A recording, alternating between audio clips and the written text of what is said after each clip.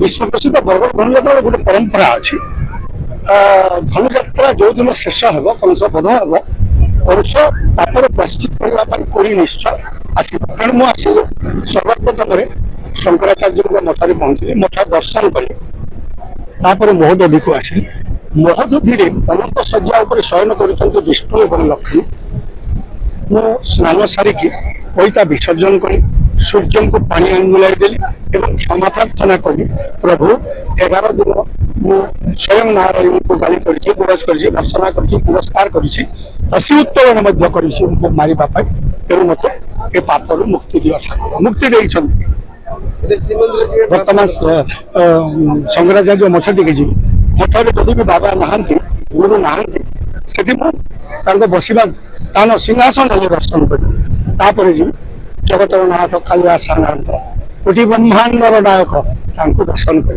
दर्शन कले से कौन हो भक्त और भगवान हेब अपूर्व मिलन कंस कृष्ण को गाली गुण भर्सना केवल द्वापर जुगर त्राही पाई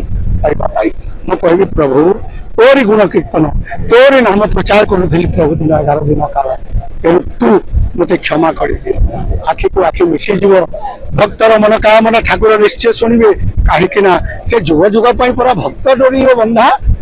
भक्तर ठाकुर से साधारण जीवन जापन आरंभ हम बार्ता से युवपीढ़ी को गोटे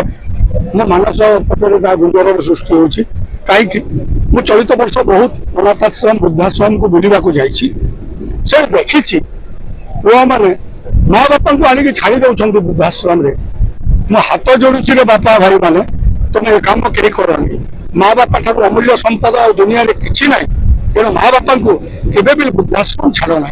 माँ बापा को आशीर्वाद जो पुआ उपर थी से जीवन में उन्नति कर माँ बापा को आशीर्वाद जहाँ उपर नहीं केवे हेब ना क्षति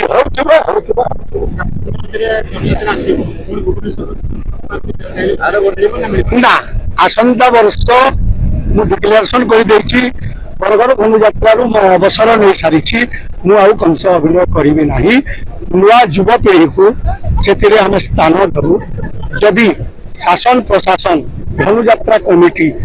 बरगढ़ अंचलवासी वो गुरु मैंने जब चाहिए मुझे से पिला डायरेक्शन करी